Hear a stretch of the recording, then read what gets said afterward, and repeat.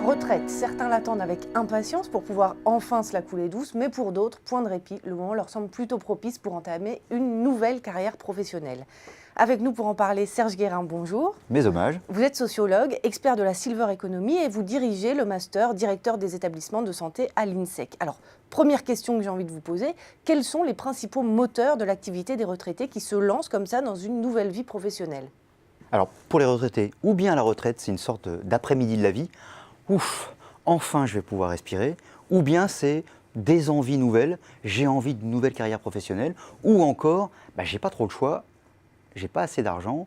J'ai découvert qu'entre mon dernier salaire, par exemple, et ma première pension, il y avait un gap énorme. Parfois, c'est plus de 50% de revenus qui s'effondrent. Et du coup, certaines personnes se disent, en fait, j'ai vraiment pas le choix, il faut que je trouve une solution. Ou bien tout simplement, c'est j'ai envie, j'adorais ce que je faisais et j'ai envie de continuer de travailler tout simplement.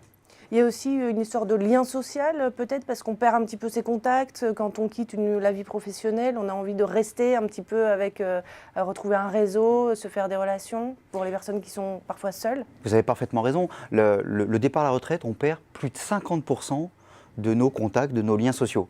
Gérard, que j'ai détesté pendant 20 ans, d'un seul coup, il me manque parce que je ne le vois plus. Et au moins, je le voyais tous les jours. Donc, pour plein de personnes, en effet, c'est à la fois le sentiment de se sentir un peu inutile. On leur dit souvent, oh, vous êtes des inactifs, vous ne servez plus à grand-chose, ainsi de suite. Donc les gens se sentent assez mal à l'aise par rapport à ça. Et puis il y a tout simplement, je veux continuer de voir des gens, je veux sortir peut-être du colloque singulier qu'il y aurait si je suis en couple avec mon compagnon ou ma compagne. Je veux continuer de voir d'autres personnes. Et l'emploi, le travail est souvent le générateur principal pour voir d'autres personnes.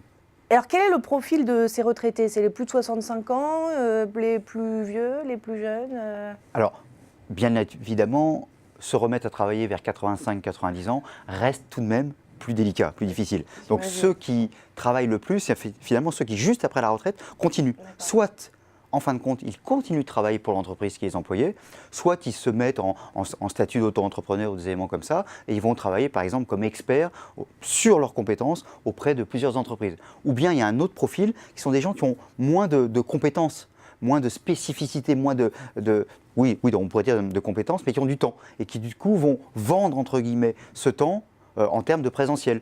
Par exemple, ça peut être aller garder des enfants, ça peut être s'occuper d'animaux, ça peut être aller visiter un peu les résidences secondaires. C'est-à-dire qu'il y a un peu deux mondes.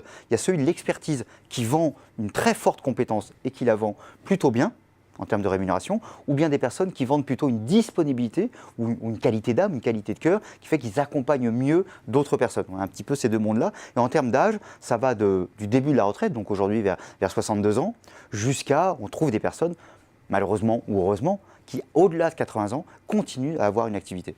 Est-ce qu'on note une différence entre les hommes et les femmes, par exemple, à ce niveau-là ? Non. La première différence entre les femmes et les hommes, c'est tout simplement que le plus souvent, les femmes ont des retraites beaucoup plus faibles que celles des hommes. Parce qu'elles ont un salaire plus faible. Parce qu'elles ont eu toute leur vie professionnelle un salaire plus faible, parce qu'elles aussi elles ont arrêté plus souvent leur activité. Donc tout ça a fait qu'elles se retrouvent à la retraite avec des retraites plus faibles que les hommes. On est à peu près à environ quand même 40% d'écart. Donc c'est quand même extrêmement important.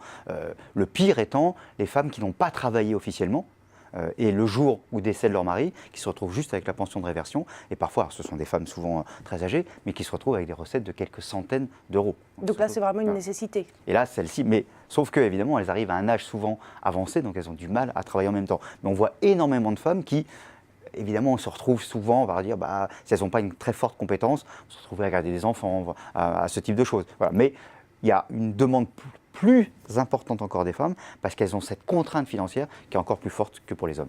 Alors justement, pour rester sur cette contrainte financière, est-ce qu'il y a une proportion, est-ce que vous avez des chiffres sur le nombre de retraités ou la proportion qui travaillent par plaisir après la retraite ou ceux pour lesquels c'est une nécessité vraiment d'arrondir leur fin de mois? Je dirais que c'est un petit peu 50-50, mais qu'on va voir arriver de plus en plus de personnes qui vont le faire par nécessité.